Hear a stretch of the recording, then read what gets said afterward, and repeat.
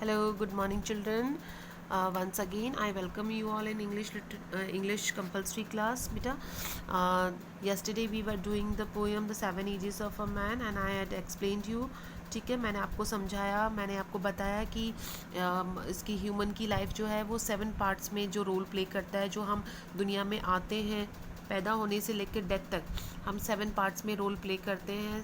ठीक है, सबसे पहला मैंने आपको बताया, ठीक है, इन्फेंट का होता है, जो बच्चा पैदा होता है उसका होता है। सेकंड जो मैंने बताया स्कूल बॉय, उसकी क्या खासियत होती है, वो शिकायत करता हुआ स्कूल जाता है, बिना मन के स्कूल जाता है। ठीक है, फिर थर्ड जो होती है वो एक लवर की होती है। ठीक है, लवर जो कि एक आह भरता है, ठीक है, जो कि अपनी प्रेमिका के लिए गाने गाता है। ठीक है, फोर्थ एक सोल्जर की होती है जिसमें बहुत गुस्सा होता है, अपनी जो है बबल सी रेपुटेशन के लिए वो झगड़ा करने को भी तैयार हो जाता है। देन फिफ्थ हमने पढ़ा कि जस्टिस की होती है, जिसका मोटा सा पेट आगे निकल जाता है। ठीक है, आधुनिक जो है मॉडर्न कहावतें बताता है, बुद्धिमानी की बातें करता है।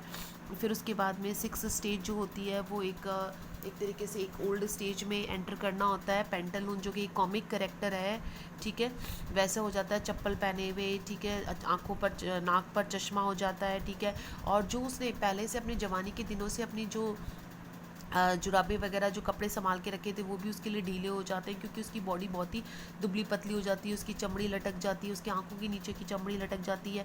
फिर उसके बाद में लास्ट जो स्टेज, फिर उसके बाद में लास्ट स्टेज जो जहाँ पर सारी चीज़ों का अंत हो जाता है, याददाश्त चली जाती है। ठीक है, एक बच्चे की जैसे हो जाता है, जिसे दूसरी चाइल्डनेसनेस कहा गया, दूसरी जो है बचपन कहा गया है, क्योंकि जैसे बच्चा पैदा होता है उसके बाद में उसके दांत नहीं होते हैं, आंखें नहीं होती, किसी चीज़ का स्वाद नहीं होता, वैसे ही वो हो जाता है। जैसे एक बच्चा दूसरे पर डिपेंड रहता है, वैसे ही उस स्टेज में जो है वो आदमी आ जाता है, तो वो भी दूसरों पर डिपेंड रहता है। ठीक है, और फिर उसके बाद में ये लास्ट स्टेज होती है। ठीक है, अब बेटा इसके टेक्सचुअल क्वेश्चन आंसर्स देखो आप। Who is compare with the leopard? Leopard तेंदुए से किसे कंपेयर करा गया है? किससे कंपेयर किया गया है? सोल्जर को। ठीक है, जैसे तेंदुए जैसी दाढ़ी बढ़ा लेता है। What is the role of a nurse? Nurse का क्या रोल होता है कि जब बच्चा पैदा होता है तो उसकी गोदी में जाता है। ठीक है, who science like a furnace? कौन आग बढ़ता है भट्टी की जैसे, आग की जैसे, लवर। ठीक है, at what stage does a man wear spectacles at his nose? कौन सी स्टेज पर होता है? ठीक है, सिक्स्थ स्टेज पर। ठीक है, which is the what is the importance of the repetition of word sense? Sense का मतलब होता है के बिना, किसी चीज़ के बिना। ठीक है, तो बार बार उसको सेंस का वर्ड क्यों यूज़ लिया है? क्योंकि हर चीज़ जो ये एक ऐसी मतलब कि ओल्ड स्टेज होती है जब इंसान हर चीज़ के बिना हो जाता है, और दूसरों पर डिपेंड हो जाता है।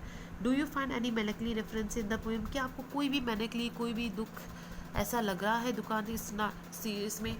ठीक है, लास्ट वाला। ठीक है, pick out similes from the poem. Simile का मतलब होता है जब हम किसी को किसी चीज़ से कंपेयर करा गया है। ठीक है, तो उसमें जो जो कंपैरिजन करा गया है वो आपको बताना है, तुलना जिसे करी गई है। Describe the salient features of all the 7 stages of a man's life. इसमें बेटा आपको सभी के बारे में बताना है, जो कि 7 की 7 है ना, उन सबको थोड़ा थोड़ा डिस्क्राइब करना है। Pick out the use of the metaphors from the text, जो उसमें रूपक यूज़ में हुआ है उसका बताना है। How does the poem represent a mature view of life? किस तरीके से जो है पोएम में एक मैच्योर जो है बताया गया है, परिपक्व ज़िंदगी के बारे में बताया गया है, वो आपको बताना है कौन सी स्टेज में है। Explain how all the world stage in the context of the poem. आपको बताना है कि पूरी दुनिया स्टेज कैसे है, कि भाई लोग पैदा होते हैं, आते हैं, फिर अपना रोल प्ले करते हैं। भाई सबका जैसे जैसे ग्रो करते हैं, जैसे जैसे बढ़ते हैं, तो सबका अपना अपना रोल चेंज होता जाता है। बच्चा पैदा होता है, फिर स्कूल जाने वाला होता है, इस तरीके से जो है एक तरीके से अपना रोल ही प्ले करता है। Discuss Shakespeare as a minute observer of human nature. आपको बताना है कि शेक्सपियर किस तरीके से ह्यूमन नेचर का ऑब्जर्वर था। ठीक है, कि ह्यूमन नेचर को कैसे उसने करीब से देखा है। ठीक है, तो पूरा उसको एक तरीके से आपको उसको समझाना है पोएम को। ठीक है, तो ये वाले क्वेश्चन आंसर्स करने हैं। इसके अलावा अब मैं आपको जो है एडिशनल बताती हूँ। ये देखो, how does the man behave as an infant and a school boy? Man जो है इन्फेंट के तौर पर और स्कूल बॉय के तौर पर कैसे बिहेव करता है? इन्फेंट में क्या करता है, वो नर्स की गोदी में उल्टियाँ करता है, रोता है। स्कूल बॉय में कैसे करता है, शिकायत करता है और स्कूल जाने को तैयार नहीं होता। ठीक है, explain briefly the 7 ages of man. आपको 7 एजेस ऑफ मैन को समझाना है। What happens when a man reaches at his last stage, last stage पर जब वो चला जाता है तो क्या हो जाता है, हर एक चीज़ के बिना हो जाता है, ठीक है, और दूसरों पर डिपेंड हो जाता है, उसकी याददाश्त चली जाती है। व्हाट इज़ मेंट बाय स्लिपर्ड पैंटालोन, स्लिपर्ड पैंटालोन का मतलब क्या है, चप्पल पहने हुए, पजामा पहने हुए, मतलब कि ये एक ऐसा करेक्टर होता है जिसमें एक कॉमिक सा, एक हास्य प्रद जिसे बोलते हैं कि वैसा करेक्टर आ जाता है, नाक पर चश्मा रखता है, ठीक है, और बहुत ही दुबला पतला हो जाता है। Justify the title the 7 ages of a man, आपको बताना है कि टाइटल सही है क्या, इसके लिए जस्टिफाई करना है। Why does the poet compare man and women to the players, poet ने यहाँ पर मैन और वुमेन को जो है पात्र कलाकार से क्यों कंपेयर करा गया है, क्योंकि कंपेयर ही करा गया है कि जैसे एक स्टेज होता है, स्टेज के अंदर जो आर्टिस्ट होते हैं अपना रोल प्ले करते हैं, वैसे ही इंसान ज़िंदगी में आता है और अपना रोल प्ले करता है, ठीक है। Why does the poet which is the second stage in a man's life, कौन सी होती है सेकेंड स्टेज, स्कूल बॉय की होती है, उसको समझाना है कैसी होती है। How does the lover sign by, lover किस तरीके से आहाँ बढ़ता है और क्यों, इस क्वेश्चन को इस तरीके से पूछा जा सकता है। Explain the third stage of humans life, पूरा बताना है कि वो एक भट्टी के जैसे आम बढ़ता है, ठीक है, और अपनी प्रेमिका के आईब्रो के ऊपर जो है दुखी भरे गाने गाता है। How does soldier behave in the world, soldier कैसे बिहेव करता है, बहुत गुस्से वाला होता है, अपनी बबल से रेपुटेशन के लिए, अपनी अस्थायी प्रतिष्ठा मान सम्मान के लिए लड़ने को तैयार हो जाता है, एकदम झगड़ा करने को तैयार हो जाता है, ठीक है। बाकी इसको इस तरीके से पूछा जा सकता है, what does man do in the fourth stage, ठीक है, अपने फोर्थ स्टेज में क्या करता है। बेटा आपको सारी स्टेजेस जो है ना वो लर्न होनी चाहिए।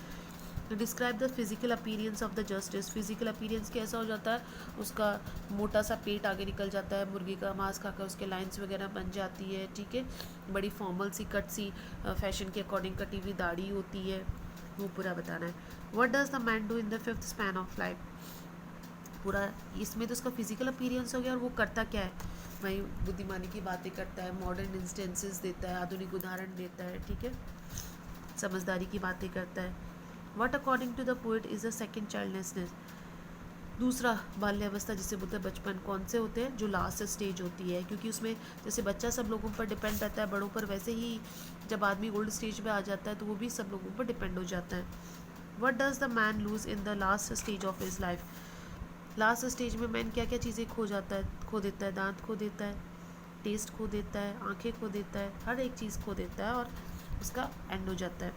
Why does a man in his life play many parts, इंसान अपनी ज़िंदगी में बहुत सारी भूमिकाएँ क्यों निभाता है, क्यों निभाता है, क्योंकि जब उसका बर्थ होता है तब से लेकर जब उसकी डेथ होती है, तो जैसे जैसे वो ग्रो करता है तो एक अलग अलग रोल जो होता है उम्र के अनुसार, अब वो जो अपने एज के अकॉर्डिंग जो है उसको मिलते जाते हैं और उसको वो प्ले करता जाता है, ठीक है बेटा।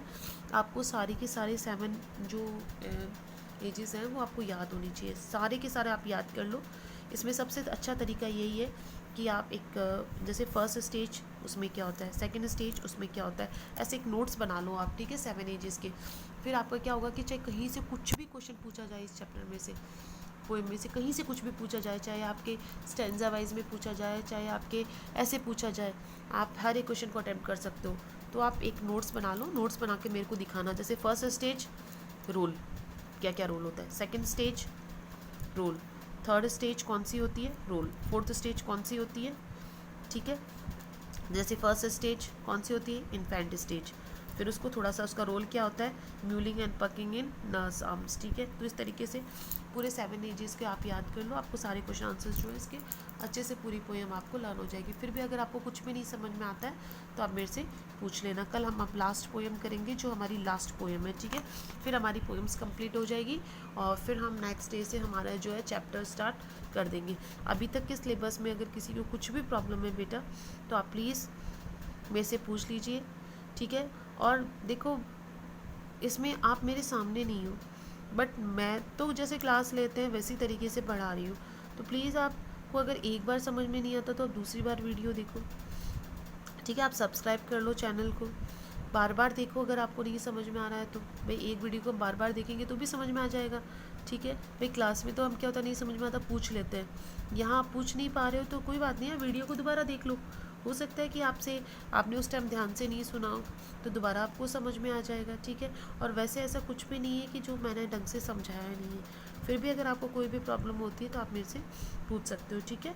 तो आप प्लीज़ बेटा ध्यान से पोएम को पढ़ो, समझो, और कुछ भी नहीं समझ में आता है तो आप मेरे से व्हाट्सएप पर फ़ोन करके, कैसे भी आप फ़ोन करके पूछ सकते हो, मैं थ्रू मैसेज पूछ सकते हो, मैसेज के से पूछ सकते हो आप, ठीक है। आप कैसे भी, किसी भी जो आपको इजी कन्वीनियंट वे लगे आप उस तरीके से पूछ सकते हो, लेकिन बेटा प्लीज़ आप जो है